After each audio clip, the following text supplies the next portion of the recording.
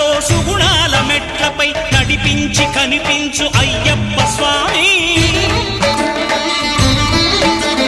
మకర సంక్రాంతి సజ్జోతివై అరుదెంచి మహిమలను చూపించు మణికంఠ స్వామి.